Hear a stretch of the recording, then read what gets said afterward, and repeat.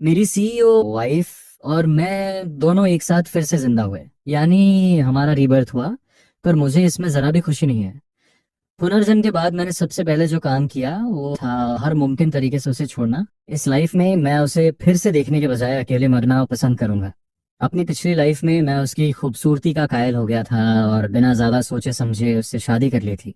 लेकिन शादी के बाद मुझे एक दिन भी उसका प्यार नसीब नहीं हुआ। इसके उलट मुझे उसके ग्रेट लव के ताने सहने पड़े। क्या तुम कभी मेरा मुकाबला कर सकते हो? तुम तो ढंग से अपना काम भी नहीं कर सकते। जरा आईने में जाकर अपनी शक्ल देखो कि तुम हो कौन।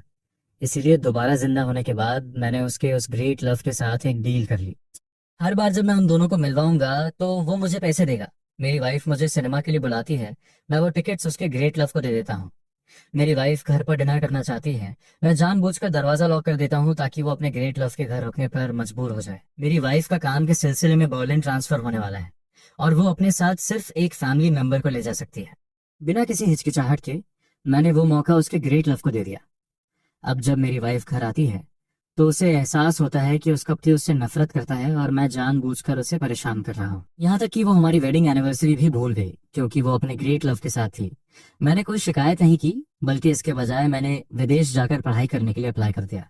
मेरा प्लान है कि अपनी पढ़ाई पूरी करने के बाद वापस आऊं और अपनी बाकी जिंदगी अपने देश के नाम कर दूं।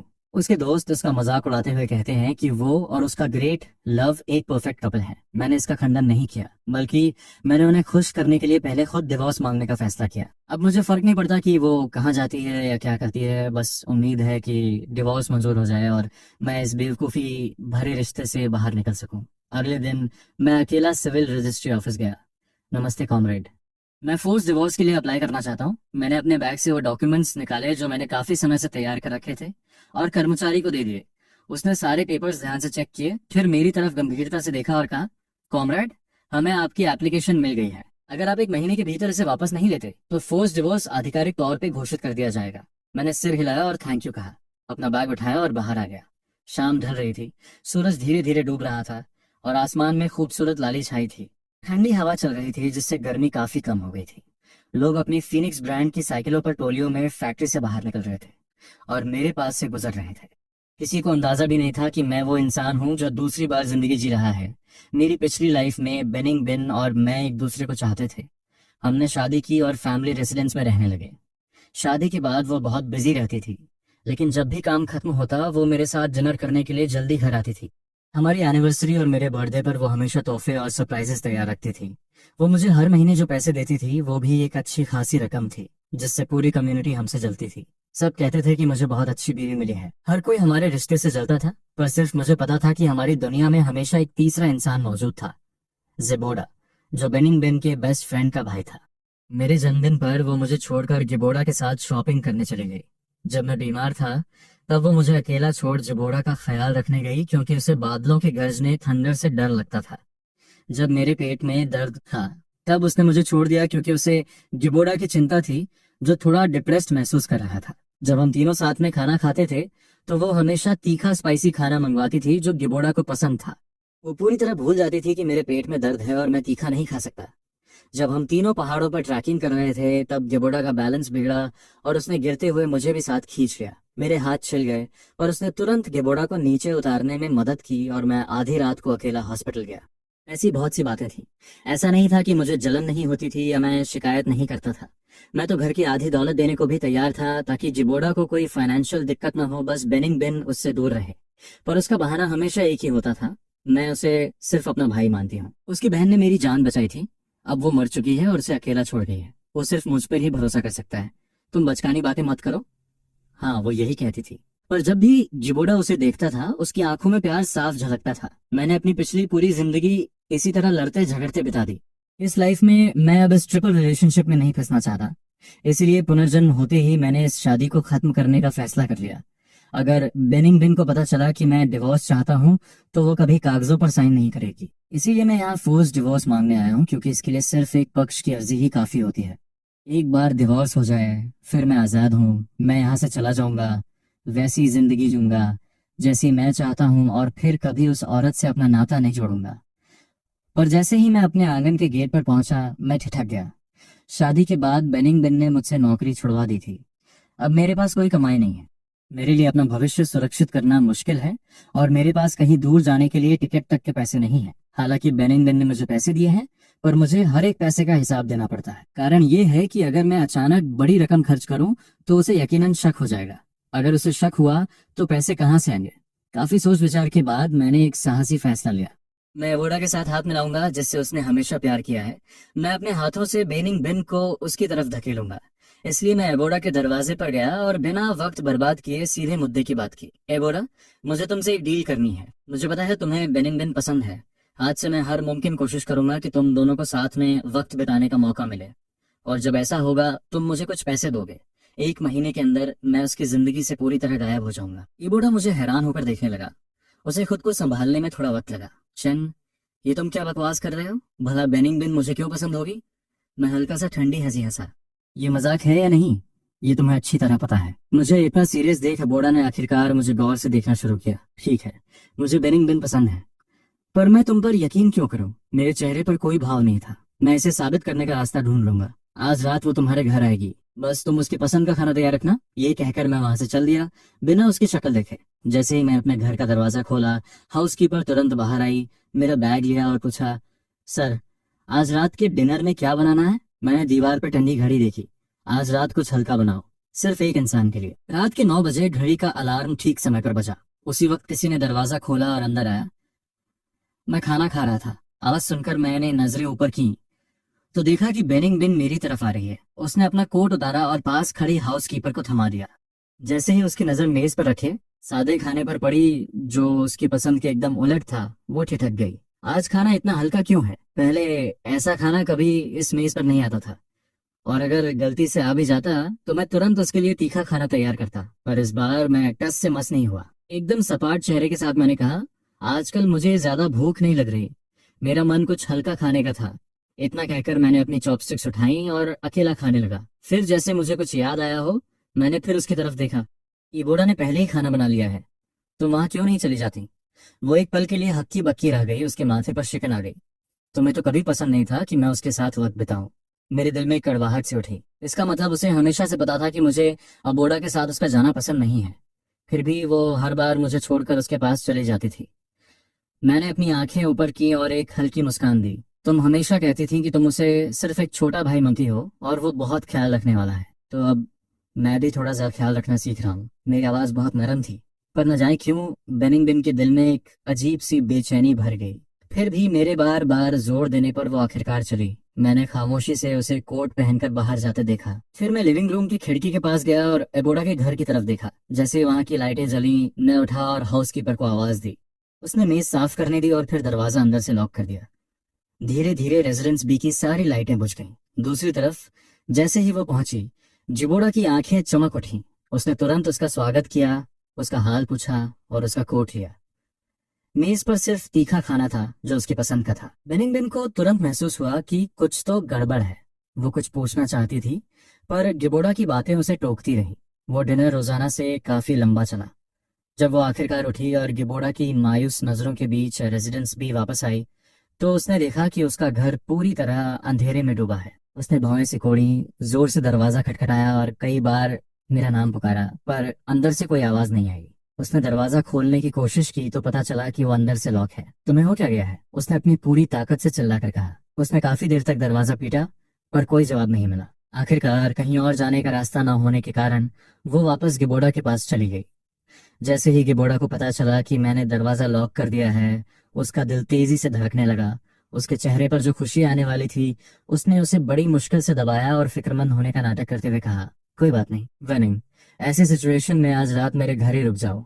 वेनिंग ने ठंडी आवाज में अपने सिर को सहलाते हुए कहा, आज रात तुम्हें डिस्टर्ब होगा। मैं सैलून में सो जाऊंगा, मैं कहीं और नहीं जाऊंगा। अगली सुबह जैसे ही मैंने दरवाजा खोला, मैंने उसे नीचे सोफा पर बैठे देखा। उसके कोट पर उसकी कुछ बूंदें थी। शायद वो अभी अभी आई थी। मैं बिना आवाज के नीचे गया। जैसे ही उसे कुछ सुनाई दिया, उसने मेरी तरफ देखा। कल रात तुमने दरवाजा लॉक क्यों कर दिया था? मैं चुपचाप अपना ओटमील खाते हुए टेबल पर बैठ गया। मैंने जवाब दिया, आजकल बहुत चोरियां हो रही हैं, इसलिए दरवाजा लॉक करने की आदत हो गई है। मैं भूल गया था कि तुम गिबाओ के घर गई हो। My bad. ये सुनकर वेनिंग ने आगे कुछ नहीं पूछा। उसने अपनी जेब से एक मूवी टिकट निकाला जो किसी सिक्योरिटी गार्ड ने उसके लिए खरीदा था। आजकल काम बहुत ज्यादा है, काफी टाइम हो गया है हमने साथ में वक्त नहीं बिताया। जैसे ही मैं फ्री होंगी तुम्हें पिक करने के लिए किसी को भेज दूंगी। मैंने सिर हिला दिया पर टिकट को छुआ तक नहीं। ब्रेकफास्ट के बाद वेनिंग तैयार होकर चली गई। जैसे ही उसकी गाड़ी ओझल हुई मैं रिलैक्स हो गया। मैंने अपने चॉपस्टिक्स रखे और टेबल पे रखे, मूवी टिकट को देखते हुए ख्यालों में खो गया। मेरी पास्ट लाइफ में हमारी शादी को 5 साल हो चुके थे और उसने कभी मेरे साथ बैठकर पूरी फिल्म नहीं देखी थी। हर बार वो बीच में ही उठकर गिबाओ के पास भाग जाती थी।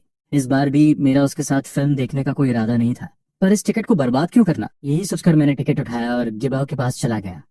जब उसने दरवाजा खोला तो उसकी आंखों की खुशी छुप नहीं रही थी। अब तुम्हें मुझ पर यकीन है? जो मैंने उससे कल रात कहा था उसे शायद शक था, पर कल की बातों ने उसका दिमाग आधा घुमा दिया था। उसे मेरा असली मकसद समझ नहीं आ रहा था, पर वो ऐसा मौका छोड़ने वालों में से नहीं था। उसने सिर हिलाया और एक शरारती मुस्कान के साथ मुझे कुछ पैसे दिए। मैंने पैसे लिए और अपनी जेब से वो मूवी टिकट निकालकर उसे थमा दिया। तुम उसके साथ जाओ, आज उसे इम्प्रेस करने का मौका है। ये कहकर मैं मुड़ गया। शाम को सिनेमा जाने के बजाय मैं घर पर ही रहा और आराम किया। मैं थोड़ा सोया और फिर कुछ पढ़ा। सब बहुत शांत था। रात गहरी हो गई थी। मैं न्यूज़पेपर मोड़कर ऊपर जाने ही वाला था कि वो अंदर आई। उसके चेहरे पर नाराजगी साफ थी। तुम आज आए क्यों नहीं? अखबार मोड़ते हुए मैं रुक गया। क्या तुम्हारी तबीयत ठीक नहीं है? उसने फौरन मेरा माथा छूकर देखा। चलो हॉस्पिटल चलते हैं, मैंने कहा। इसकी जरूरत नहीं है। तभी एक जोरदार रिंगटोन ने शांति भंग कर दी। इससे पहले कि मैं उठ पाता वेनिंग ने फोन उठा लिया। मैं बिल्कुल पास था इसलिए मुझे सब साफ सुनाई दे रहा था। दूसरी तरफ से कोई सिविल रजिस्ट्रेशन ऑफिस यानी सेल्स रजिस्ट्रेशन ऑफिस से बात कर रहा था। अखबार पकड़े हुए मेरी उंगलियां कांपने लगीं। मेरी सांसें रुक गईं। पता नहीं कितना वक्त बीता। जैसे ही उसने फोन रखा वो मेरी तरफ मुड़ी। सेल्स रजिस्ट्रेशन ऑफिस से कॉल था। वो कह रहे हैं कि कुछ इन्फॉर्मेशन कम है। मैंने अपनी नजरें नीचे झुका ली और कुछ नहीं कहा। हमारी शादी इतनी जल्दी हुई कि शायद कुछ पेपर्स रह गए होंगे, कुछ डॉक्यूमेंट्स अधूरे होंगे। मैं सब ठीक कर दूंगी। बाकी सब सेट है, कोई देरी नहीं होगी। वेनिंग ने सिर हिलाया और ज्यादा सवाल नहीं किए। फिर वो तैयार होने चली गई। बाहर निकलते हुए उसे कुछ याद आया। उसने अपनी जेब से एक इनविटेशन निकाला। अरे हाँ, परसों सिस्टर का बर्थडे पार्टी है, मेरे साथ चलना। इस बार मैं मना नहीं कर पाया, मैंने सिर हिला दिया। बर्थडे के दिन रिसेप्शन हॉल में शानदार कपड़ों में सजे लोग म्यूजिक पर नाच रहे थे। मैंने मुझे डांस के लिए इनवाइट करना चाहती थी, पर मैंने कहा मेरी तबीयत अभी ठीक नहीं लग रही है। तुम गिबा के साथ डांस कर लो, बेचारा अकेला आया है। म्यूजिक फिर से शुरू हुआ। मेरा उदास चेहरा देखकर वेनिंग भारी मन से गिबाओ की तरफ मुड़ी। उसने उसका हाथ पकड़ा और वो मुस्कुराया, जबकि वेनिंग का चेहरा एकदम ठंडा था। वे साथ में नाचने लगे। भीड़ में फुसफुसाहट शुरू हो गई। वेनिंग शादीशुदा है ना? फिर वो किसी और के साथ क्यों नाच रही है? और उसे देखो, उसे पता है कि वो शादीशुदा है, फिर भी ऐसे क्यों मुस्कुरा रहा है? और मैं उसका लीगल हस्बैंड दूर खड़ा चुपचाप ये सब देख रहा था। वहां बहुत भीड़ थी, शोर था और शराब भी काफी थी। वेनिंग भी इससे बच नहीं पाई। एक के बाद एक कई ड्रिंक्स के बाद वो नशे में धुत हो गई। वो अपनी उंगलियों से अपना सिर सहला रही थी और मेरा नाम पुकार रही थी, पर मैं उसे पकड़ने के लिए पहले की तरह नहीं भागा। मैंने बस एक नजर डाली और गिबाओ मुस्कुराते हुए उसकी तरफ लपका। उसने उसे सहारा दिया। हम तीनों एक ही कार में बैठे। मैं फ्रंट सीट पर बैठा और उन्हें बैक सीट दे दी। गिबाओ ने जल्दी से वेनिंग को पीछे बैठाया। वेनिंग थोड़ी नशे में थी, फिर भी उसे लगा कि कुछ गलत है, जैसे उसे समझ आ रहा हो कि मैं हाल ही में बदल गया हूँ। ये बदलाव उसे अंदर ही अंदर परेशान कर रहा था। वो कुछ कहने ही वाली थी कि अचानक एक जोरदार झटका लगा। कार सड़क के बीच में खराब हो गई। बाल बाल किसी से टकराने से बची। वेनिंग का नशा एक झटके में उतर गया। वो फौरन अपने बगल में बैठे आदमी को चेक करने लगी कि कहीं उसे चोट तो नहीं आई। गिबाओ को ठीक देखकर उसने चैन की सांस ली, पर जैसे ही उसने सिर उठाया उसकी नजरें रियर व्यू मिरर में सीधे मुझसे मिली। उसके होंठ हिले जैसे वो कुछ कहना चाहती हो, पर मैंने जानबूझकर नजरें फेर लीं। आसमान काला पड़ गया था और बारिश बिना रुके हो रही थी। बारिश और तेज होती गई। कई लोग छाता लिए दूसरी गाड़ी का इंतजार कर रहे थे।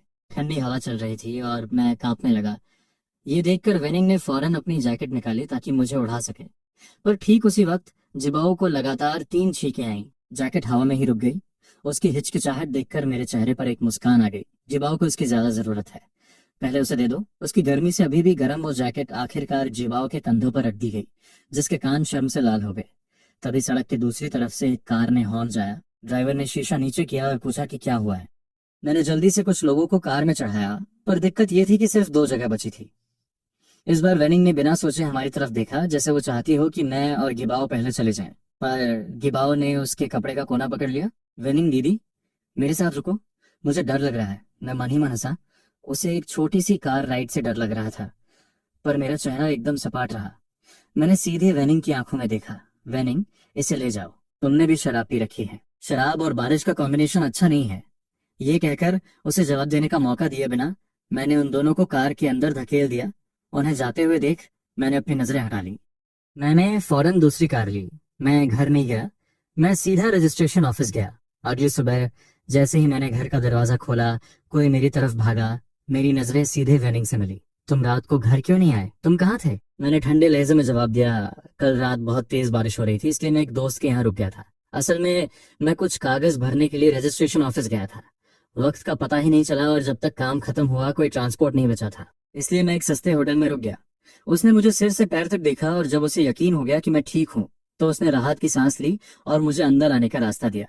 मम्मी पापा आए हैं। जैसे ही उसने कहा मेरा हाथ हवा में ही रुक गया। मैंने सीधा सैलून की तरफ देखा। वे दोनों वहां बैठे थे।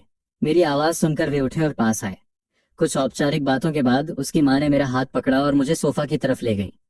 पूरे रास्ते वो मुझसे मेरा हाल पूछती रही। हमारी शादी के बाद से उसके पेरेंट्स अक्सर आते थे, पर प्यार की वजह से नहीं। वो बस एक ही चीज के लिए आते थे, हम पर बच्चा पैदा करने का प्रेशर डालने के लिए।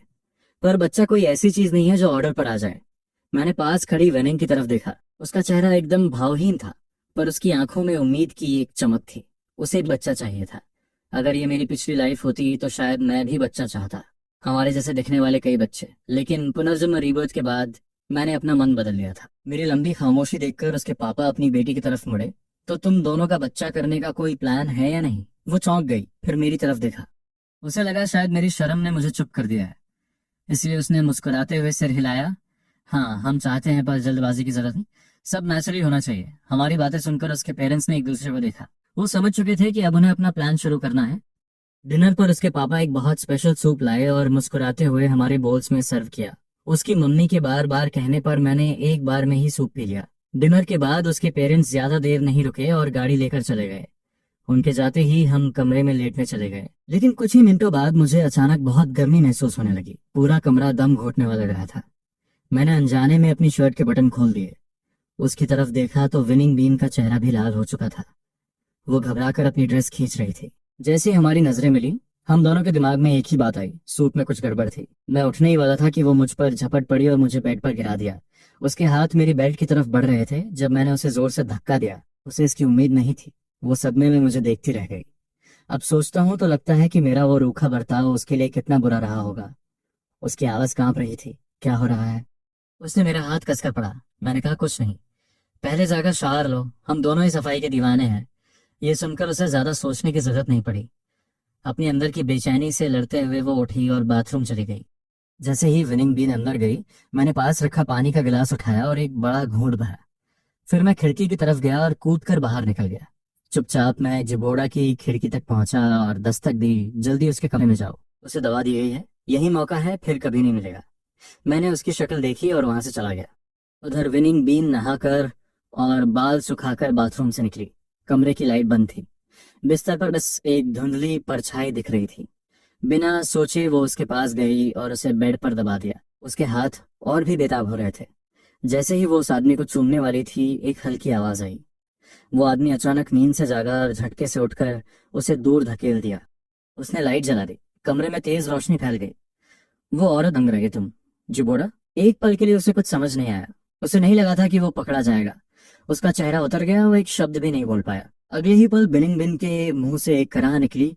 उसकी हालत अभी भी ठीक नहीं थी। जिबोड़ा पूरी तरह होश में आया, अपनी जैकेट उठाई और डर के मारे भाग गया। सुबह बिनिंग बिन अपनी गर्दन पर हाथ रखे सीढ़ियों से उतरी। कल रात क्या हुआ था?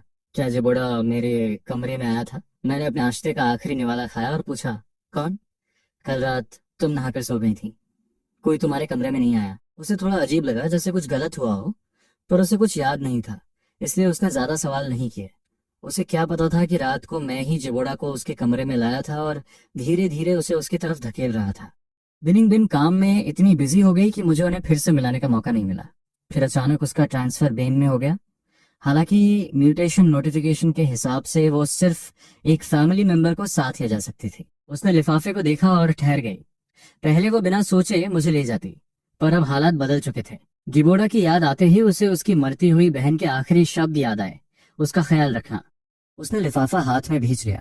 घर आकर उसने बड़ी मुश्किल से कहा, मेरा ट्रांसफर बेन में हो गया है। वो मेरे एक फैमिली मेंबर को टीवी स्टेशन में नौकरी देंगे, पर मैं सिर्फ एक ही इंसान को ले जा सकती हूँ। उसकी आवाज़ धीमी होती गई। मैं समझ गया वो क्या कहना चाहती है। जो बूढ़ा अकेला है, उसका ख्याल रखने वाला कोई नहीं। मैं उसे पहले बेन ले जाना चाहती हूँ, तुम बाद में जाना, ठीक है? मैंने तुरंत हाँ कर दी, शायद बहुत जल्दी, क्योंकि बेनिंग बिन एक पल के लिए चुप हो गई। उसकी आंखों में हैरानी थी। तुम इतनी आसानी से मान गए? मैंने उसे देखा। क्या तुम चाहती थी कि मैं मना करूं? अगर मैं तमाशा करता तो क्या तुम रुक जाती? उसकी बोलती बंद हो गई। जवाब साफ था, नहीं। क्योंकि ट्रांसफर का ऑर्डर आते ही उसने जिबोड़ा को ले जाने का फैसला कर लिया था। कोई उसे नहीं रोक सकता था। उसने मेरा हाथ पकड़ा और कहा, वाईचन, तुमने बहुत सहा है। मैं वादा करती हूँ कि आगे चलकर इसकी भरपाई कर दूंगी। मेरा चेहरा एकदम शांत था, पर अंदर ही अंदर मैं हंस रहा था। हमारा भविष्य तो पहले ही खत्म हो चुका था। अचानक हुए इस ट्रांसफर की वजह से पूरी कॉलोनी ने बिनिंग बिन के लिए एक फेयरवेल पार्टी रखी। पार्टी के बीच में मैं एक कोने में बैठा उन्हें खामोशी से देख रहा था। बिनिंग बिन और गिबोड़ा भीड़ के बीच लगातार ड्रिंक्स पी रहे थे। उसका चेहरा गुलाबी हो रहा था और गिबोड़ा की नजरें धुंधला रही थी। तभी जिबोड़ा अपना आपा खो बैठा और बिनिंग बिन पर गिर पड़ा। शायद उसे कुछ महसूस हुआ, क्योंकि उसने तुरंत उसे पीछे धकेला और सिक्योरिटी से कुछ कहा। वो मेरी तरफ आने वाली थी कि दीवार में एक भयानक दरार आ गई। ऐसा लगा जैसे जमीन गरज रही हो। सबके चेहरे पीले पड़ गए और देखते ही देखते सब कुछ ढह गया। बिन मेरी तरफ भागी, पर तभी पीछे से गिबोड़ा की चीख सुनाई। वो वहीं रुक गई।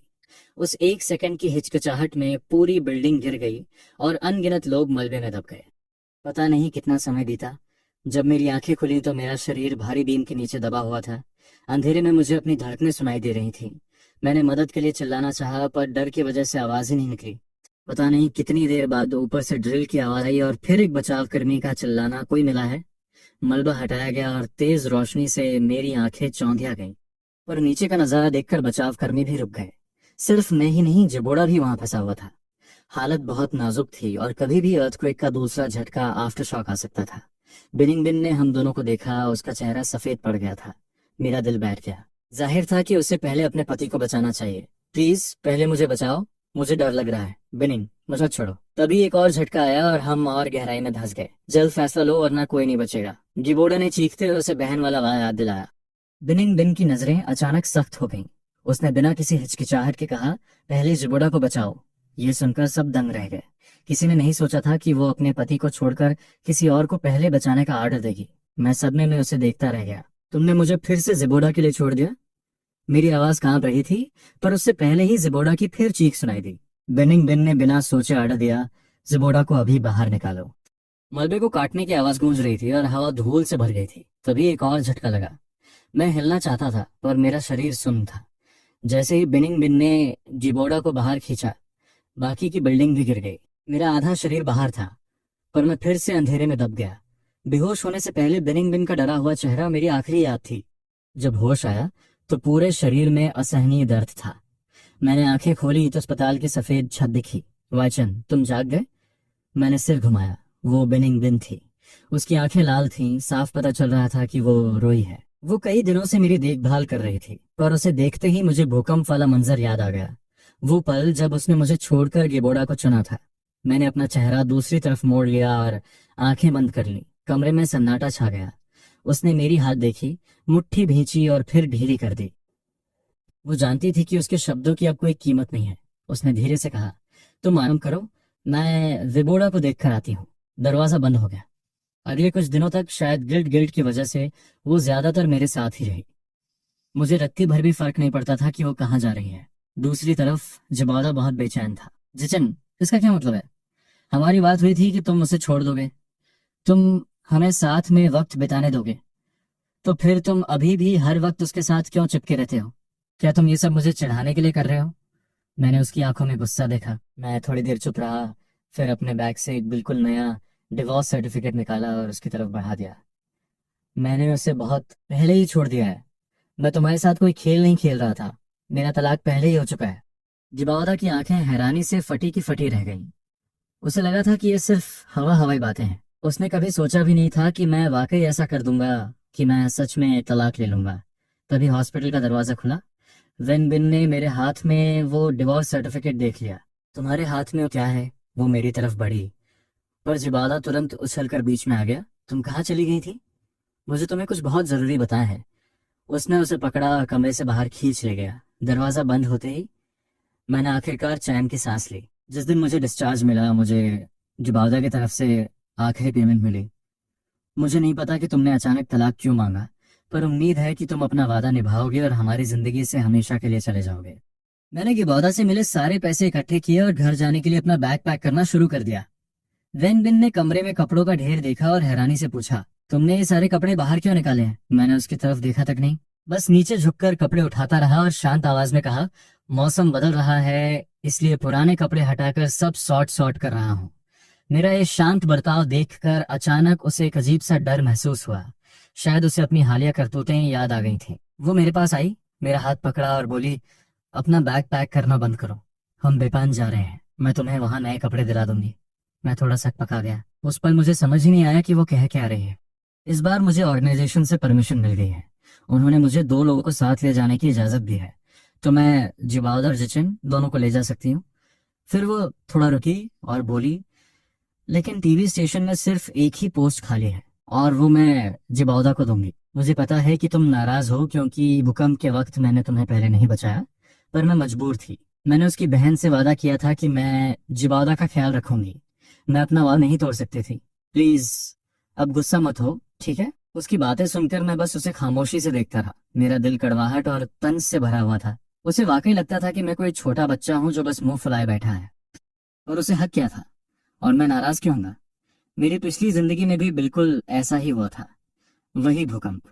फर्क सिर्फ इतना था कि तब मैं और जिबाला साथ में नहीं फंसे थे, पर फिर भी उसने जिबाला को ही पहले बचाना चुना। हॉस्पिटल में आधा महीना गुजारने के बाद भी वो जिबादा के पास से नहीं हिली।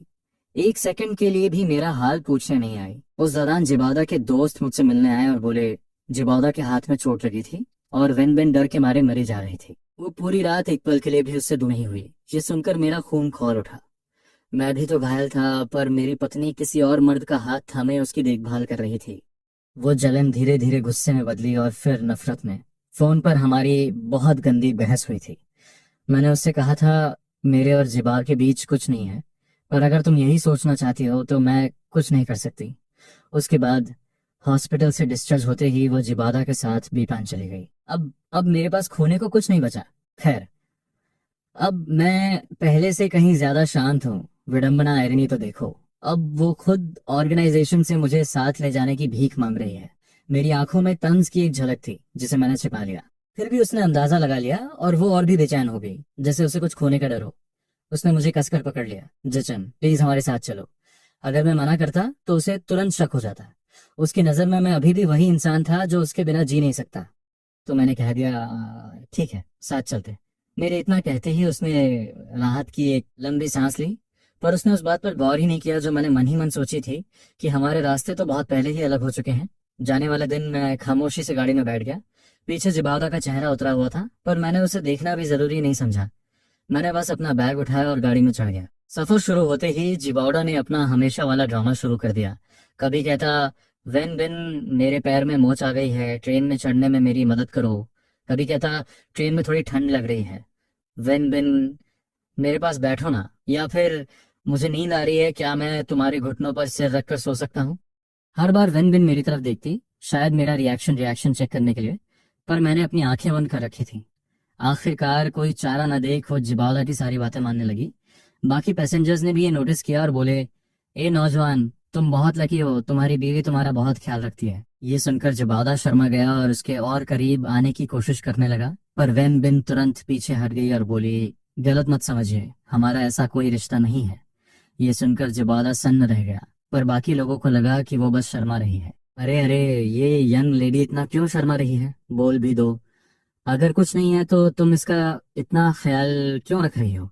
ये सुनकर वेनबिन उठी और मेरे बगल में आकर बैठ गई। उसने कहा, ये मेरे पति हैं, वो तो बस एक दोस्त है। पूरे डब्बे में एक अजीब सी खामोशी छा गई। जुबादा उसे नफरत भरी नजरों से देखने लगा। गाड़ी हिल रही थी, लाइटें मध्यम थी, खिड़की की परछाई मेरे चेहरे पर पड़ रही थी। मैंने आंखें खोली और मेरा सिर बगल वाली सीट से टकराया, जिससे जोर की आवाज हुई। वो आवाज सुनकर वैन बिन ने झटके से आंखें खोली और मेरा माथा छूकर देखने लगी। हाथ पीछे हटाते ही उसकी नजर मेरे पास रखे बैग पर पड़ी और वो बुदबुदाई, तुमने ये बैग यहाँ क्यों रखा है? लाओ, मैं इसे ऊपर सामान रखने वाली जगह पर रख देती हूँ। जैसे ही वो उठने वाली थी मैंने तुरंत बैग पकड़ लिया। ये यहाँ ठीक है। मेरे चेहरे पर साफ इनकार देखकर वो चुपचाप वापस बैठ गई। कुछ देर तक भारी सन्नाटा रहा। फिर वो उठी और वॉशरूम टॉयलेट की तरफ चली गई। दूसरी तरफ जीबादा, जो सोने का नाटक कर रहा था, अचानक उठकर बैठा और मेरी तरफ मुड़कर बोला, जिचिन, ये सब क्या चल रहा है? तुमने तो कहा था कि तुम वैन बिन से प्यार नहीं करते, तो फिर अब उसके पीछे पीछे क्यों घूम रहे हो? मुझे पता है जो मजाक मैं तुम दोनों के बारे में करता था वो बस मजाक था। चिंता मत करो, मैं वैसा ही करूंगा जैसा तुम चाहते हो। जिबादा कुछ और पूछने ही वाला था कि पीछे से एक जोरदार आवाज आई। हम दोनों एक साथ मुड़े। एक डरावना सा आदमी हाथ में चाकू लिए भागा आ रहा था। जिबादा और मैं उसके सबसे करीब थे, सावधान। जैसे ही वेन बिन वॉशरूम से बाहर निकली, उसने ये नजारा देखा। उसका चेहरा उतर गया और वो तुरंत उस चोर पर झपटी। पर वो चाकू लिए हमारी तरफ बढ़ चुका था। उस पल वो सिर्फ किसी एक को ही बचा सकती थी।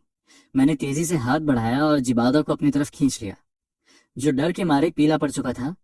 अगले ही पल मैं खुद को बचाना चाहता था, पर बहुत देर हो चुकी थी। चोर पकड़ा तो गया, पर उसने मुझे चाकू मार दिया था। वेन बिन, उसने चोर को एक जोरदार लात मारी और पीछे से आ रहे पुलिस वाले उस पर झपट पड़े। ये लड़के अपने हाथ पर पट्टी बांधो, जल्दी। वेन बिन मेरे पास आए। उसके चेहरे पर साफ दहशत थी। क्या तुम ठीक हो? जवाब मेरे गले तक आया पर वहीं अटक गया। मेरे बाएं हाथ से खून तेजी से बह रहा था, पर मेरी नजरें बिल्कुल शांत थी। इतनी शांत कि वो सर्द लग रही थी। पूरी रात हम एक ही लाइन में बैठे रहे। बीच में बस एक संकरा रास्ता था। वो मेरे जख्म की पट्टी कर रही थी। उसकी आवाज में छिपा डर साफ पता चल रहा था। जिचन, मुझे माफ कर दो। मुझे पता था कि वो कुछ और कहना चाहती है, पर मैंने उसे बीच में ही टोक दिया। वेनबिन ने आंखें ऊपर की। जब उसने देखा कि मैं कुछ भी सुनने को तैयार नहीं हूं, तो उसकी आंखों में गिल्ट साफ दिखने लगा। उसने गहरी सांस ली। जिचन, जब हम बेपान पहुंचेंगे तो हमारी जिंदगी बहुत अच्छी होगी, ठीक है? मैं तुम्हें वो सब दिलाऊंगी जो तुम चाहते हो। मैंने बस उसे खामोशी से देखा, कुछ नहीं कहा। फिर मैंने अपनी आंखें बंद कर ली और कहा कि मैं थक गया हूँ। वो भी बैठ गई और उसने धीरे से मुझ पर एक कंबल डाल दिया। उसे लगा कि हमारे पास अभी बहुत वक्त है। इसी ख्याल के साथ वो सो गई। रात के सन्नाटे में जब पूरा डब्बा सो रहा था, मैंने धीरे से अपनी आंखें खोली। मैंने अपने पैरों के पास रखा सामान उठाया और उस गहरी नींद में सोई हुई औरत के हाथ में वो डिवोर्स सर्टिफिकेट थमा दिया। मैंने एक पल के लिए उसे देखा। मेरा दिमाग सुन्न हो चुका था। ये चेहरा मैंने अनगिनत बार देखा था। जब मैंने उसे प्रपोज किया था, जब वो खुशी के मारे रो पड़ी थी, हमारी शादी की रात जब वो घबराहट से लाल हो गई थी, जब हमारी जिबादा की वजह से बहस होती थी, तो उसका चेहरा नफरत और नाराजगी से भर जाता था। 5 साल तक मैंने वो चेहरा देखा। 5 साल तक मैंने उसे प्यार किया, और अब मैं उसे कभी नहीं देखूंगा। स्टेशन पहुंचने की अनाउंसमेंट हुई। मैंने थोड़ा हिली, पर उसने आंखें नहीं खोली। मैंने भी उसकी तरफ नहीं था। अपना सामान उठाया और नीचे उतर गया। मेरी सूटकेस के पहियों की आवाज प्लेटफॉर्म पर गूंज रही थी। मैं ट्रेन के दूसरी तरफ चलने लगा और एक बार भी मुड़कर नहीं देखा। यात्री कृपया ध्यान दें, ट्रेन बेचिंग स्टेशन पहुंच चुकी है। वेन ने अपनी आंखें मनी। वो कुछ उठाने के लिए नीचे झुकी और उसी वक्त उसकी नजर डिवोर्स पेपर्स पर पड़ी। सदमे की वजह से उसका दिमाग खाली हो गया। उसके हाथ कांप रहे थे। कई कोशिशों के बाद उसने पेपर उठाया। उसे खोलते ही उसे अपनी फोटो दिखी। उसके आधे चेहरे पर डिवोर्स की ऑफिशियल स्टैंप लगी थी। उसकी आंखों में दर्द और दिल में जैसे किसी ने खंजर घोंप दिया हो। वो झटके से खड़ी हुई। सीट खाली थी। मेरा सामान गायब था। मैं जा चुका था। घबराहट में वो बाहर की तरफ भागी और मुझे यहाँ वहां ढूंढने लगी। पर अब बहुत देर हो चुकी थी। उसके अंदर गुस्से का ज्वालामुखी फट पड़ा। उसने डिवोर्स सर्टिफिकेट को इतनी जोर से भींचा जैसे उसे फाड़ ही देगी। उसे सब समझ आ गया था। उसे समझ आया कि ऐसे सीक्रेट डिवोर्स के लिए सिविल अफेयर्स ऑफिस में 1 महीने पहले एप्लीकेशन देनी पड़ती है। इसका मतलब मैं पूरे 1 महीने से चुपचाप इस डिवोर्स की तैयारी कर रहा था। अब उसके पास सिर्फ एक ही रास्ता बचा था, फोर्स डिवोर्स। आखिर मैंने गलत क्या किया? वो खालीपन में बड़बड़ाई। मैंने उसे कुछ नहीं कहा। मैं उसे तलाक दूंगी। वेनिंग ने सर उठाया और सोने प्लेटफॉर्म की तरफ देखने लगी। शी ने अपने होठ चलाए। उसकी आंखों में साफ कंफ्यूजन दिख रहा था। तभी जिबादा गाड़ी से बाहर आया। सर निंगन, ये डिवोर्स सर्टिफिकेट है। चूंकि जिचिन ने तुम्हें तलाक दे दिया है, तो हमारी वो बात, इससे पहले कि वो बात पूरी करता, वेन ने उसे पीछे धकेल दिया। कॉमरेड जी, मेरा तुम्हारी देखभाल करने का फर्ज यहीं खत्म होता है। वो वहीं जम गया। सिर से पांव तक एक ठंडी सिहरन दौड़ गई। पहले वो उसे बड़े प्यार से संभालती थी, पर अब वो उसे ऐसे देख रही थी जैसे वो कोई अजनबी हो। कॉमरेड जे, मैंने तुम्हारा ख्याल सिर्फ तुम्हारी बहन की आखिरी इच्छा की वजह से रखा।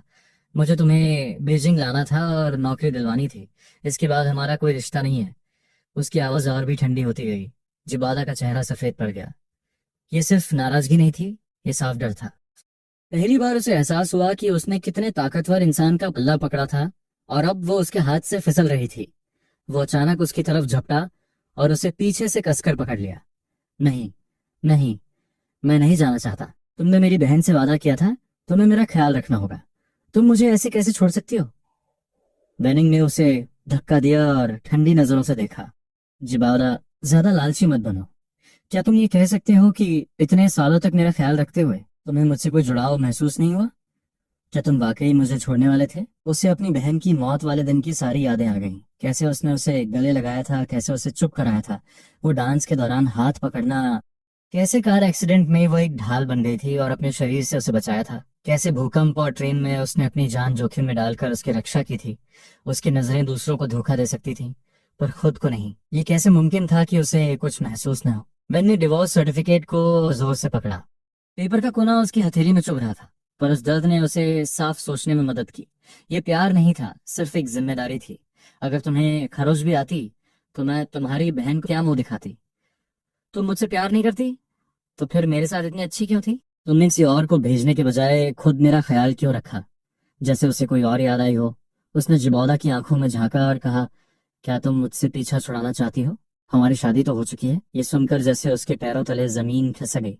वेनिंग पहले चौंक गई, फिर उसकी आंखों में गुस्से की आग जलने लगी। ये कैसी बकवास कर रहे हो तुम? उसने दांत पीसते हुए कहा और उसके करीब आई। जिबादा का हाथ पीछे कांप रहा था, फिर भी वो उसके गुस्से से डरा नहीं। उस रात वो सूप जो तुमने पिया था, उस रात हमने पी थी और एक वादा किया था। वार्निंग के कदम अचानक रुक गए। उसे भी वो रात याद आ गई और मेरा वो बहाना। कोई अपने ही पति के कमरे में दूसरे आदमी को कैसे भेज सकता है? धोखे की आग उसे सिर से पांव तक जलाने लगी। इससे पहले कि वो कुछ कह पाती, मेन गेट का गार्ड दौड़ता हुआ आया। मैडम, इस तरफ। वैनिंग ने अपना गुस्सा पी लिया। उसने जिबाड़ा की तरफ एक बार भी नहीं देखा और तुरंत हुक्म दिया, इसे वापस ले जाओ। और टीवी स्टेशन वाली उसकी पोस्ट कैंसिल करवा दी। जैसे ही गार्ड्स उसे ले गए, जिबादा जमीन पर गिर पड़ा। वो फर्श को घूरता रहा, ये जानते हुए कि उसे यहाँ रहने की इजाजत सिर्फ कुछ समय के लिए मिली थी। वो जितना इस बारे में सोचता, उसके दिल में उतनी ही नफरत भर जाती। ये सब वायचन की गलती है। अगर वो अचानक छोड़कर नहीं जाता तो मुझे ये सब नहीं कर पड़ता। चीफ ने वैनिंग की तरफ फिक्र से देखा। उसकी शादीशुदा जिंदगी को याद करते हुए उन्होंने कहा, चाओ अभी बीजिंग आया है, उसे तालमेल बिठाने में दिक्कत हो रही है। तुम्हें बिंग का ख्याल रखना चाहिए। वो कुछ कहना चाहती थी पर समझ नहीं पा रही थी कैसे कहें। चीफ एक हल्की मुस्कान के साथ समझ गए। हाँ, चाओ के साथ झगड़ा हुआ है। ये झगड़ा नहीं है, हमने डिवोर्स ले लिया है। उनकी मुस्कान गायब हो गई। वजह जानने के बाद उनका लहजा मायूसी भरा हो गया। पर ये तुम क्या कर रही हो? तुम जो बड़े फैसले लेने में इतनी माहिर हो, प्यार के मामले में इतनी कंफ्यूज्ड कैसे हो सकती हो? जिबादा की बहन ने तुम्हारी जान बचाई थी। तुम्हें उसके भाई का ख्याल रखना चाहिए था, पर तुम ये काम किसी और को भी सौंप सकती थी। तुमने सब कुछ अपने ऊपर क्यों लिया? चीफ ने हाथ से इशारा किया। जाओ, अब घर जाओ। प्रोफेशनल्स की टीम दिन भर की रिपोर्ट दे रही थी। वाईचेन को पता चला कि वानिंग का एड्रेस कंफर्म हो गया है। वहां किसी को ढूंढना घास के ढेर में सुई ढूंढने जैसा था। हॉस्पिटल की रिपोर्ट से कंफर्म हुआ कि वो सिर्फ नाटक कर रहा था, पर उसकी पहचान की वजह से उसे थोड़े समय के लिए बी फैमिली के यहाँ रुकना पड़ा। जैसे जैसे वानिंग सुनती गई, उसका चेहरा उतरता गया। आखिरकार थक कर उसने आंखें बंद कर ली। गाड़ी में फिर से सन्नाटा छा गया। घर पहुंचकर उसने देखा कि जिबादा सोफे को कसकर पकड़े बैठा है और हिलने से मना कर रहा है। उसे देखते ही वो उछलकर खड़ा हुआ और उसे रोकने की कोशिश की, पर वो झटके से हट गई। मैंने जो कहना था कह दिया। अब प्लीज यहाँ से जाओ। मेरे भाई को अभी सजा मिली है। मैं नहीं जाऊंगा।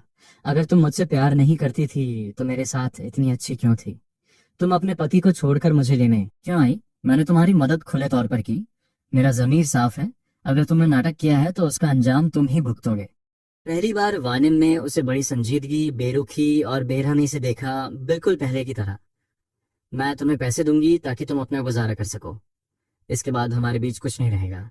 ये कहकर उसने जमीन पर गिरे उस आदमी की तरफ देखना बंद किया और अपने कमरे का दरवाजा बंद कर लिया। मेरे सामने खड़े आदमी के गले से दर्द भरी आवाज निकली। इस अजीब नजारे को देखकर मेरी आंखों में उलझन थी। ट्रेन से उतरने के बाद मैं पहली ट्रेन में चढ़ गया, बिना ये जाने कि वो कहाँ जा रही है। वो ट्रेन मुझे हैंड सिटी ले आई। पुल के पास वाले घरों की खिड़कियां खुली थीं। एक औरत पीपा हाथ में लिए कोई सुरीली और अनजानी धुन गा रही थी। उसकी आवाज हवा में तैर रही थी और एक काली छत वाली नाव धीरे धीरे नदी में दूर जा रही थी। हल्की बारिश शुरू हो गई। मैंने अपना एक हाथ सिर पर रखा और दूसरे से सूटकेस पकड़ा। मैं एक छज्जे के नीचे खड़ा हो गया।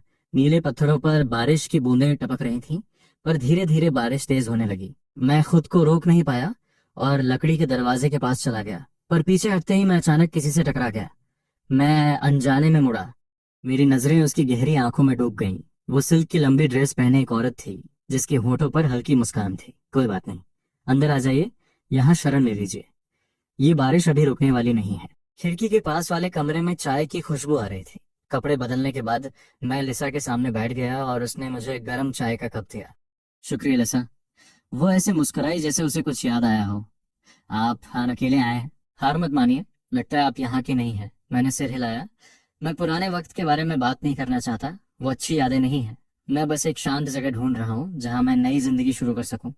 मेरे सामने बैठी वो औरत काफी समझदार लग रही थी।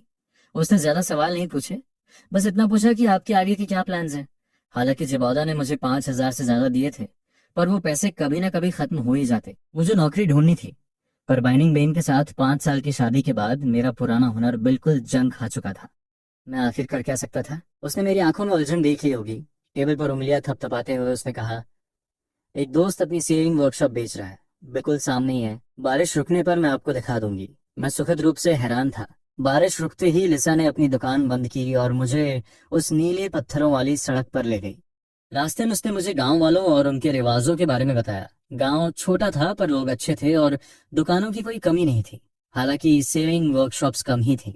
उसका दोस्त बेचना नहीं चाहता था, पर उसका पूरा परिवार बीजिंग में था, इसलिए उसे जाना पड़ रहा था। चलते चलते मेरा ध्यान भटक कर बिनिंग बीन और जिबादा की तरफ चला गया। मैंने एक छोटा सा हिसाब लगाया, सुबह 7 बजे तक वे बीजिंग पहुंच गए होंगे। अब जबकि मैं उनके रास्ते में नहीं हूं, तो उनका रिश्ता बिना किसी रुकावट के आगे बढ़ रहा होगा। कुछ मिनट चलने के बाद हम 2 मंजिला एक छोटी सी बिल्डिंग के सामने पहुंचे। लिसा के दोस्त से मिलने के बाद मैंने जगह का मुआयना किया। बातचीत अच्छी रही। लिसा की मदद से डील जल्दी फाइनल हो गई। अगला पूरा हफ्ता मैं बहुत बिजी रहा। पहले प्रॉपर्टी के कागजात ट्रांसफर कराए, फिर अपनी डायरी में लिखी जगहों से वाकिफ हुआ। क्योंकि मेरा हुनर अभी थोड़ा कमजोर था, इसलिए मैंने एक तजुर्बेकार मास्टर को ढूंढा और सिलाई सीखना शुरू कर दिया। मैंने बहुत मेहनत की और मास्टर भी सिखाने के लिए उतने ही पैशनेट थे। 1 महीने से कम समय में मैं इस काम में मास्टर हो गया। मैंने लिया को थैंक यू बोलने के लिए अपने लिए एक नई शर्ट बनाई और उसके लिए एक ड्रेस भी तैयार की। जब मैंने उसे सरप्राइज दिया, तो उसकी आंखों में एक चमक आ गई और वो मुस्कुरा दी। मैंने सिर खुजलाते हुए थोड़ी झिझक दिखाई। बुटीक का सारा काम खत्म करने के बाद, कपड़ा बाकी सामान खरीदने के बाद मेरे पास ज्यादा पैसे नहीं बचे थे। पर अपनी ग्रेटिट्यूड दिखाने के लिए मैंने उसके लिए एक ड्रेस बनाई और पेस्ट्रीज का एक बॉक्स भी खरीदा, जिसके लिए मैं सुबह जल्दी लाइन खड़ा हुआ था। पेस्ट्रीज की खुशबू इतनी अच्छी थी कि मुंह में पानी आ जाए। मुझे बहुत पसंद है। Thank you. खुशी हुई कि तुम्हें ये पसंद आया। मुझे डर था कि कहीं तुम्हें अच्छा ना लगे। मैंने राहत की सांस ली। जैसे ही टेलर शॉप खुली, पास पड़ोस के लोग बस देखते रहे। आखिरकार मैं नया टेलर था। अगर मेरा काम खराब होता तो लोग मजाक उड़ाते। लेकिन कुछ ही दिनों में छोटी सी बुटीक ग्राहकों से भर गई। न सिर्फ मेरी स्किल्स अच्छी थीं, बल्कि मेरे डिजाइन्स भी नए और अट्रैक्टिव थे। और सबसे बड़ी बात, मैं बहुत ही फ्रेंडली था। लोग मुझे पसंद करने लगे थे। एक शाम, जब मैं आखिरी कस्टमर के जाने के बाद बुटीक बंद करने वाला था, तभी अचानक एक तेज आवाज सुनाई दी, यन। दरवाजा बंद करते वक्त मेरे हाथ थम गए और मैंने उस औरत की तरफ देखा जो मेरे सामने खड़ी थी। उसने अपने हाथ में पकड़ा हुआ कपड़ा जमीन पर फेंक दिया और चिल्लाई, सब लोग आकर देखो, यही वो दुकान है। मैंने इस नई ड्रेस के लिए बहुत पैसे खर्च किए और इसका कपड़ा इतना बेकार है कि पहनने से पहले ही फट गया। उस वक्त तक सब लोग डिनर कर चुके थे और शाम की सैर के लिए बाहर निकले थे। जैसे ही यह हंगामा हुआ, पूरा मोहल्ला जमा हो गया। जब लोगों ने देखा कि निशाना मैं हूं, तो भीड़ में कानाफूसी शुरू हो गई। शक के सुर धीरे धीरे बढ़ने लगे। उस औरत का चेहरा गुस्से से लाल था, पर वो वहां से हटने को तैयार नहीं थी। वो चिल्लाई, तुम मेरी मजबूरी का फायदा उठा रहे हो क्योंकि मैं एक औरत हूँ। मैं अपनी बदनामी कराकर झूठ क्यों बोलूंगी? इसकी दुकान का कपड़ा इतना घटिया है कि पहनते ही फट जाता है। मेरे पैसे वापस करो। ये कहते हुए उसने धक्का दिया। भीड़ से 2-3 और औरतें बाहर आईं। उनके हाथों में भी फटे हुए कपड़े थे। मेरी आंखें सिकुड़ गईं। कोई बड़ा बेवकूफ भी समझ जाता कि ये सब एक सोची समझी साजिश थी। मैं अकेला 1 महीने में इतनी सारी ड्रेसेस कभी नहीं सिल सकता था, और ऊपर से मैं मेन, विमेन, बुजुर्गों और बच्चों सबके कपड़े बनाता हूँ। तो फिर ये कैसे मुमकिन है कि सारे फटे हुए कपड़े सिर्फ जवान औरतों के ही हों? मैंने चारों तरफ एक नजर घुमाई और तभी मुझे भीड़ में छुपता हुआ एक आदमी दिखा, पास वाली दुकान का मालिक सकूरा। मैं आगे बढ़ने ही वाला था कि एक पतले और गोरे हाथ ने मुझे रोक दिया। मैंने मुड़कर देखा, वो लिया थी। उसने मुझे रोकने के लिए धीरे से अपना सिर हिलाया। फिर वो आगे बढ़ी, जमीन से वो कपड़ा उठाया और उसे ध्यान से देखा। आपके पास क्या सबूत है कि ये ड्रेस इसी दुकान की है? उसकी बर्फीली आवाज सुनकर वो औरत एक कदम पीछे हट गई, पर वो अपनी बात पर अड़ी रही। सबूत क्या? ये फैब्रिक और ये डिजाइन सिर्फ इसी की बुटीक में मिलते हैं। अगर इसने नहीं बनाया तो फिर किसने लिया? थोड़ा मजाक उड़ाते हुए हंसी। ये डिजाइन और फैब्रिक हर जगह मिलते हैं, ये कोई एक्सक्लूसिव नहीं है। अगर ये बना सकता है तो दूसरी दुकानें भी बना सकती हैं। उसने ड्रेस को और करीब से देखा, और तभी उसे कपड़े की परतों के बीच कपड़े का एक छोटा टुकड़ा मिला। फिर उसने कहा, जो भी शैन से कपड़े सिलवाते हैं वो जानते हैं, कपड़ा तैयार होने के बाद वो हमेशा पीछे की तरफ एक छोटा सा हिडन कपड़े का टुकड़ा सिलता है जिस पर उसका डिजाइनर सिग्नेचर होता है। ये नकली चीजों से बचने के लिए है। पर आपने न सिर्फ ये टैग सही जगह नहीं लगाया, बल्कि ऊपर की सिलाई भी बहुत खराब है। ये सुनते ही उस औरत का चेहरा सफेद पड़ गया। उसका मुंह तो खुला, पर आवाज नहीं निकली। वो चुप हो गई। भीड़ सब समझ गई और सबकी नजरें उसकी तरफ घूम गई। कुछ ही सेकंड्स में लोग उस पर उंगलियां उठाने लगे। आखिरकार प्रेशर सहन न कर पाने के कारण औरत ने मान लिया कि उसे पास की रेडी टू वेयर शॉप के मालिक ने ऐसा करने के लिए उकसाया था। असल में उसका बिजनेस कभी चला ही नहीं था। उसे लगा कि अगर मेरी टेलर शॉप बंद हो गई तो उसकी जिंदगी संवर जाएगी।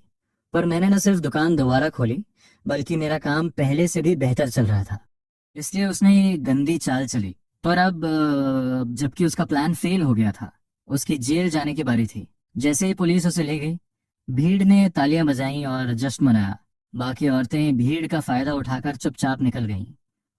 पर मेरा चेहरा अभी भी गंभीर और उदास था। लिया ने मुझे चिंता में देखा। क्या बात है? मैंने एक गहरी सांस ली। जो अभी हुआ उससे एक बात साफ हो गई है, अगर बिजनेस अच्छा चलेगा तो जलन भी होगी। आज एक झूठा इल्जाम था, पर भविष्य में और लोग आएंगे और उनके तरीके और भी खतरनाक होंगे। मैंने दूर लकड़ी के दरवाजे वाली पुरानी हवेली की तरफ देखा। एक पल के लिए मैं हिचकिचाया, मेरा दिल डगमगा गया।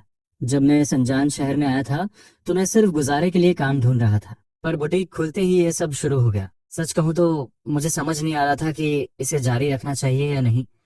तभी लिया ने मेरे कंधे पर हाथ रखा और कहा, शांत हो जाओ, जो सच है उसे कोई गंदा नहीं कर सकता।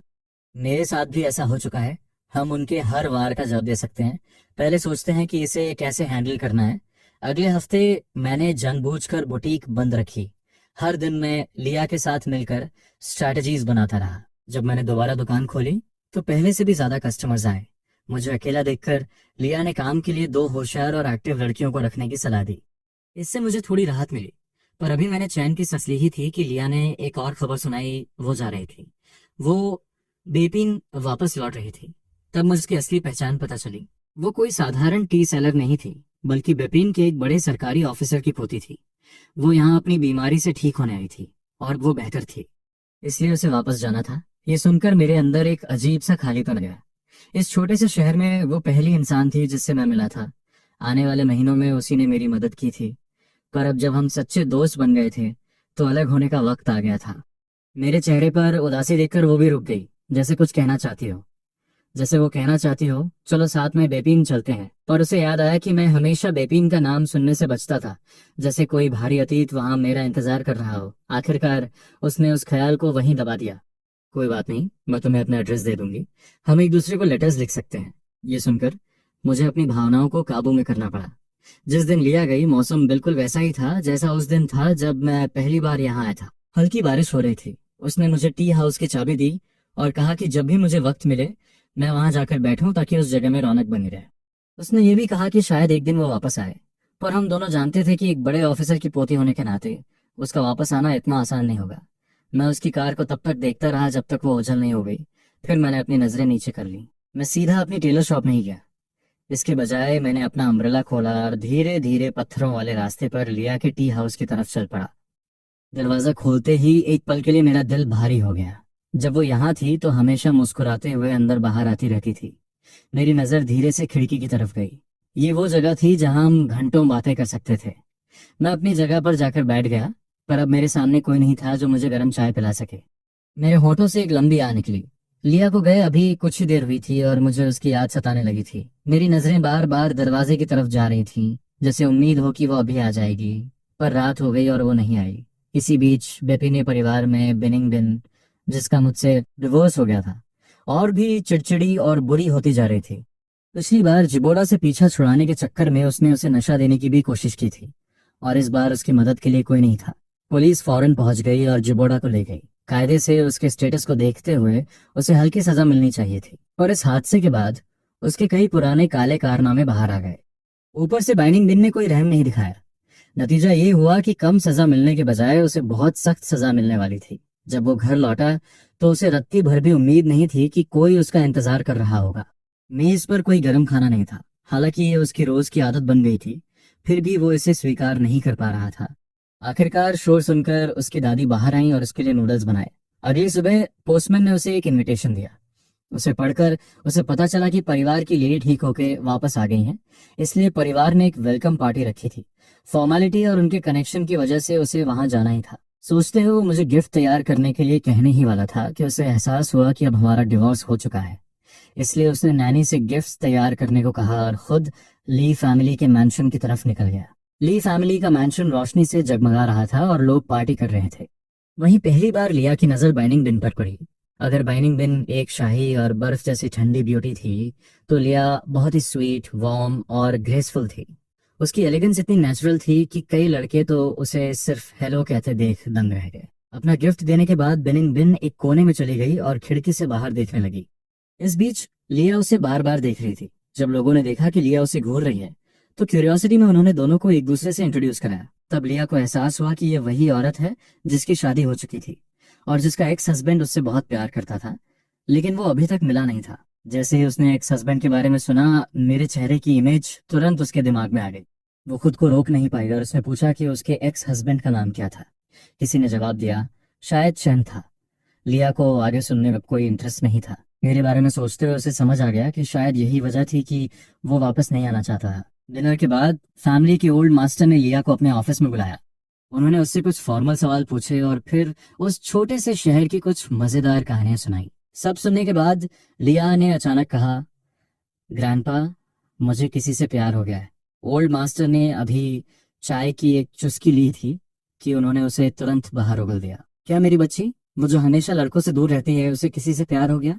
लिया ने हल्की मुस्कान के साथ जवाब दिया, बस एक छोटी सी प्रॉब्लम है, उसकी आइडेंटिटी थोड़ी खास है। बूढ़े आदमी ने अपना कप नीचे रखा। कौन है वो? लिया धीरे से बोली। वो बाइनिंग बिन का एक्स हस्बैंड है। लिया को लगा था कि वो गुस्से से भड़क जाएंगे, लेकिन उन्होंने हाथ हिलाया और कहा, तो क्या हुआ? वो सिर्फ एक एक्स हस्बैंड ही तो है। अगर तुम्हें वो पसंद है तो मुझे क्या दिक्कत हो सकती है? फिर उन्होंने सीरियस होकर कहा, बस एक बात याद रखना, अगर वो और बाइनिंग बिन अलग हुए हैं तो 99% गलती बाइनिंग बिन की ही होगी। बेवकूफ मत बनना। लिचा वाली गलतियां मत दोहराना और उसे चोट मत पहुंचाना। लिया का चेहरा खुशी से चमक उठा। इसका मतलब आप मान गए? उन्होंने चाय डालते हुए हंसकर कहा, हाँ, लेकिन भले ही मैं मान जाऊं, उस लड़के को भी तुम्हें बदले में प्यार करना चाहिए। वही सबसे जरूरी है। रात को देर तक जागने के बाद लिया ऑफिस से बाहर आई, अपने कमरे में गई और हाथ में पेन लेकर एक कागज उठाया। उसने काफी देर सोचा और आखिर में फिक्र से भरे कुछ शब्द लिखे। जब मुझे लिया का नया लेटर मिला तो यान में फिर से बारिश होने लगी थी। मैंने खिड़की की कुंडी एक छोटी लकड़ी की छड़ी से उठाई। नीले पत्थर वाले रास्ते पर हल्की हल्की बारिश हो रही थी और हवा में एक ताजगी भरी खुशबू थी। खिड़की के पास बैठकर मैं लिया का लेटर पढ़ रहा था। मेरा दिल सच में भारी हो गया था। मुझे गए हुए करीब 3 महीने हो चुके थे। इन 3 महीनों में अपनी टेलर शॉप में काम करने के अलावा मैं उसके टी रूम में जाकर बैठता था ताकि उसके भेजे हुए लेटर्स पढ़ सकूं। इन्हीं चिट्ठियों की वजह से भले ही मैं बैंक में नहीं था, फिर भी मुझे वहां के हालात का अंदाजा हो जाता था। जैसे कि जिबूड़ा, जो बाइनिंग बिन के साथ बेंत गया था, न केवल टीवी स्टेशन में काम नहीं कर सका, बल्कि सीधे जेल पहुंच गया। एक और मिसाल, एक अमीर घर का लड़का बाइनिंग बिन के प्यार में पड़ गया, लेकिन इससे पहले कि वो हिम्मत जुटाकर अपने दिल की बात कह पाता, उसके परिवार ने उसे साउथ वार्ड में बंद कर दिया। वान के साथ मेरा रिश्ता सबकी नजरों में एक परफेक्ट मैरिज थी। बेन्फ के लोग भी हमारे बारे में थोड़ा बहुत जानते थे, इसलिए जब उन्होंने देखा कि बिन बिन मेरे साथ नहीं है बल्कि जिबूदा को अपने साथ लाई है, तो सब सवाल उठाने लगे। आखिर कौन अपनी शादीशुदा जिंदगी छोड़कर दूसरे मर्द के साथ चला जाता है? थोड़ी जांच पड़ताल के बाद सबको पता चला कि हमारा डिवोर्स हो चुका है, और जब वहाँ उसके तौर तरीकों और बातों के बारे में पता चला तो लोग बाइनिंग बिन के कैरेक्टर के बारे में बुरा सोचने लगे। लेटर के आखिरी हिस्से में लिया ने मुझे एक और बात याद दिलाई। बाइनिंग बिन ने अभी तक हार नहीं मानी है। वो लगातार लोगों को तुम्हें ढूंढने के लिए भेज रही हैं, लेकिन मैं समंदर की गहराई में रेत की तरह गायब हो गया था। उसे मैं नहीं मिला। मैंने लेटर को मोड़ा और खिड़की के बाहर देखा। मुझे यहाँ आए हुए करीब 1 साल हो गया था। इस 1 साल के दौरान मैंने कुछ पैसे भी बचा लिए थे। बाइनिंग बिन मुझे इतनी जल्दी नहीं ढूंढ पाएगी, लेकिन अगर उसने हार नहीं मानी तो किसी ना किसी दिन मुझे ढूंढ ही लेगी। इसका मतलब है कि मुझे अब यहाँ और ज्यादा नहीं रुकना चाहिए। इस बीच बाइनिंग बिन एक और लेटर खोल रही थी जिस पर फिर से लिखा था, नहीं मिला। उसने अपनी भौहें सिकोड़ी, लेटर को मरोड़ा और फेंक दिया। 1 साल, पूरा 1 साल बीत गया और फिर भी वो मुझे ढूंढ नहीं पाई थी। पहले वो घबराई, फिर उसे गुस्सा आया और आखिर में उसके पास वैसी ही बेबसी रह गई जैसी आज थी। शुरू में जब वो जिबोड़ा का ख्याल रख रही थी तो वो लोगों को एक वजह देती थी, मर चुके एक दोस्त की आखिरी ख्वाहिश। वो कहती थी कि जिबड़ा उसके लिए कुछ भी नहीं है। पहली बार उसने उसे बचाया, दूसरी बार भी हमेशा उसी दोस्त की वसीयत के नाम पर। लेकिन सच तो ये था कि मुझे उस पर बिल्कुल भरोसा नहीं था। इसीलिए मैंने गुपचुप तरीके से फोर्स डिवोर्स मांगा था। मेरा दिल नरम है, लेकिन इस मामले में मैं हमेशा कंफ्यूज रहा। जितना मैंने इसके बारे में सोचा उतनी ही मेरी फ्रस्ट्रेशन बढ़ती गई। आखिर में उसने एक गहरी सांस ली, अपना फोन उठाया और एक ऑर्डर दिया। दिया, उसे ढूंढना जारी रखो, किसी भी कीमत पर उसे ढूंढो। उसे अंदाजा भी नहीं था कि मुझे अब उसकी सिचुएशन से कोई फर्क नहीं पड़ता। उसकी बेचैनी मेरी प्रायोरिटी नहीं थी। मैं तो बस अपने सामने खड़ी लड़की को देखकर खुश था। तुम वापस कैसे आई? मैंने हल्की आह बहते हुए पूछा। लिया ने दरवाजा खोला और अपने सामान के साथ अंदर आई। मेरी तरफ देखते हुए उसकी आंखों में एक प्यारी सी गर्माहट थी। मैं किसी से मिलने आई हूँ, उसने कहा। मैं कोई बच्चा नहीं हूँ जिसे प्यार की समझ न हो। 5 साल की शादी ये समझने के लिए काफी है कि दूसरा इंसान क्या कहना चाह रहा है। लेकिन एक नाकाम शादी के बाद मुझ में नया रिश्ता शुरू करने की एनर्जी नहीं थी। मैंने बात बदलने की कोशिश की, लेकिन लिया ने मेरा हाथ पकड़ लिया। उसकी आंखों में संजीदगी थी। इस बार चाइना में जज्बात अब छिपे नहीं रहेंगे। मैं और इंतजार नहीं करना चाहती। जब मैंने तुम्हें पहली बार देखा था उसके बाद मैंने कभी किसी और को नहीं देखा। तुम्हारे साथ बिताए इस 1 साल ने मेरे दिल की फीलिंग्स को और मजबूत कर दिया है। मैं जानती हूँ वानिंग ने तुम्हारे साथ क्या किया, लेकिन मैं उसके जैसी नहीं हूँ। मैं तुम्हें कभी चोट नहीं पहुंचाऊंगी। बस मुझे तुम्हें प्यार करने का एक मौका दो। ये शब्द इतने साफ थे कि मेरे गाल लाल हो गए। काफी देर बाद मैंने उसे देखने के लिए सर उठाया। तुम ये भी जानती हो कि मेरा पिछला रिश्ता नाकाम रहा है। मुझे तो ये भी नहीं पता कि मैं कोई नई कहानी स्वीकार करने के काबिल हूं या नहीं। अगर तुम वाकई मुझे जीतना चाहती हो तो इसमें बहुत वक्त लगेगा, और नतीजा शायद वो ना हो जिसकी तुम उम्मीद कर रही हो। लिया मुस्कुराई। कोई बात नहीं, मैं इंतजार कर सकती हूँ। उसने मुझे कसकर गले लगा लिया। मैं एक पल के लिए जम गया, फिर मैंने भी उसे धीरे से गले लगा लिया। उस दिन के बाद से जिंदगी वैसी नहीं रही, और जिस दिन हम ऑफिशियली एक कपल बने उसी दिन मैंने विपिन लिए वापस जाने की तैयारी शुरू कर दी। जैसे ही मैं लिया के साथ आया मुझे समझ आ गया कि मुझे देर सवेर वहां जाना ही होगा, और देर सवेर मुझे वेनिंग का सामना करना ही पड़ेगा। शुरू में लिया नहीं चाहती थी कि मैं जाऊं, लेकिन मैं जानता हूं कि मेरी आइडेंटिटी छिपी नहीं रह सकती। मैं कुछ दिनों के लिए भाग सकता हूं, लेकिन हमेशा के लिए नहीं। इसीलिए मैंने विपिन के लिए ट्रेन पकड़ी। लिया की फैमिली ने फिर से एक बड़ी पार्टी रखी थी। इस बार होस्ट खुद लिया थी, और उसका मंगेतर वाई चंद था। मुझे पहले से पता था कि लिया कभी किसी मर्द से इंप्रेस नहीं हुई थी। उसे रिझाने वाले लड़के उतने ही थे जितनी नदी में मछलियां, लेकिन कोई भी उसका दिल नहीं जीत पाया था। इसलिए मैं उसके मंगेतर के बारे में थोड़ा क्यूरियस था। लेकिन जब उसने मुझे देखा तो वो क्यूरियोसिटी नफरत और गुस्से में बदल गई। उसके हाथ में जो वाइन का गिलास था वो जमीन पर गिर गया। स्टेज पर खड़ी वो मुझे घूर रही थी। उसने मुझे 2 साल तक ढूंढा था। 2 साल जिसमें उसने सिर्फ मेरे बारे में सोचा था। उसने पूरे देश की खाक छानी थी, लेकिन मैं उसे नहीं मिला। लेकिन आखिर में मैं लिया का मंगेतर बन चुका था। इसी ख्याल ने उसके अंदर आग लगा दी। उसने एक कदम आगे बढ़ाया, लेकिन लिया मेरे सामने आ गई। तुम्हें मेरे मंगेतर से क्या प्रॉब्लम है? वो चिल्लाई। कैसा मंगेतर? ये मेरा पति है। ये सुनकर सबको हमारे पुराने रिश्ते की याद आ गई। बस फर्क इतना था कि इस बार लोग वैनिंग नाम की एक लड़की के बारे में बात कर रहे थे। उसके चेहरे के एक्सप्रेशन देखकर अचानक मेरे दिल में एक अजीब सा दर्द हुआ। अपनी पुरानी जिंदगी में मैंने 5 साल तक इंतजार किया था कि वो मुझे याद करे और बेपीने ले जाए। स्टेज पर इन दोनों युवतियों को लड़ते देख मैं अपना गुस्सा और काबू नहीं कर पाया। मैं आगे बढ़ा और मैंने वानिंग को एक जोरदार थप्पड़ जड़ दिया। नजारा बिल्कुल वैसा ही था जैसा पहले था। लोग मेरी तरफ उंगली उठा रहे थे और वैनिंग खुद मुझे बर्फीले चेहरे से देख रही थी, लेकिन उसने मुझे रोकने की कोशिश भी नहीं की। मैं वहां से चला गया। मैनिंग, तुम पागल हो गई हो क्या? हमारा तलाक बहुत पहले हो चुका है। अगर तुम्हें कोई मर्द चाहिए तो बेहतर होगा कि वो सिंगल हो। ये सुनकर उसका चेहरा फीका पड़ गया। वो मुझे ऐसे देख रही थी जैसे उसे यकीन ही नहीं हो रहा कि जो आदमी कभी उसके लिए तड़पता था वो आज उससे ऐसी बातें कह सकता है। गुस्से में लिया ने गार्ड को बुलाने के लिए हाथ उठाया, लेकिन मैंने उसे रोक दिया। मुझे उससे अकेले में बात करने दे। मैं इतनी जल्दी में चला गया था। दो शब्द जो मैंने अपने दिल की गहराई में दबा रखे थे, उन्हें साफ साफ कहने का वक्त आ गया था। हम गार्डन में आमने सामने बैठ गए। मेरी आंखें वैसी ही दूर और ठंडी थीं जैसी पहले थीं। वो मुझे जिस तरह देख रही थी, मैं अब उसे साफ देख पा रहा था। वो पहले से कहीं ज्यादा टूटी हुई लग रही थी, लेकिन अब वो चाहे जितनी भी दुखी हो, मुझे उससे कोई फर्क नहीं पड़ रहा था। मैंने कहा, तुम्हें पता है क्यों? मैं तुमसे डिवोर्स चाहता था, बिनिंग बिन। जिस दिन तुमने जुबिदा को बचाया था उसी दिन हमारे रिश्ते में दरार आ गई थी। एहसान चुकाने के 1,000 तरीके होते हैं, लेकिन तुमने हमेशा मेरी जगह मेरे फ्यूचर को दांव पर लगाया। अगर जबुड़ा को कोई भी दिक्कत थी तो तुम किसी और को भेज सकती थी।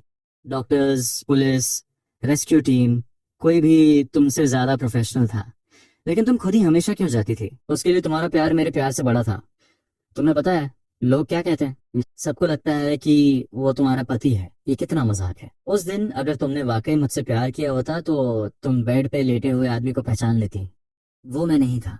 मुझे तो ये भी उम्मीद नहीं थी कि जिबुदा की एक आह तुम्हें सब कुछ याद दिला देगी। अगर तुम्हें वाकई परवाह होती तो तुमने खुद जांच करने के लिए किसी को भेजा होता, बजाय इसके कि तुम मुझसे बेरुखी से सब कुछ भूल जाने के लिए कहो। और वो भूकंप और ट्रेन वाला इंसिडेंट, तुमने उसे बचाने के लिए मुझे छोड़ दिया।